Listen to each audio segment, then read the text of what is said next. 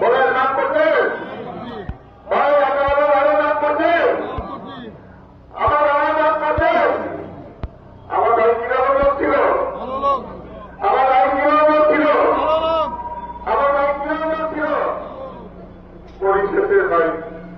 কারণ এইখানে আমাদের অতিথি দুইজনে আসছে, দুজনেই এবার নির্বাচন করবেন। একজন মাহমুদুল সাহেব, উনি নির্বাচন করবেন। পরিশেষে আমারই বিএনপি খালেদা জিয়ার এবং তারেক জিয়ার মনোনীত প্রার্থী ববি হাসান ভাইকে আসছেন, ওনার জন্য এবং মাহমুদুল ভাইয়ের জন্য দোয়া করবে।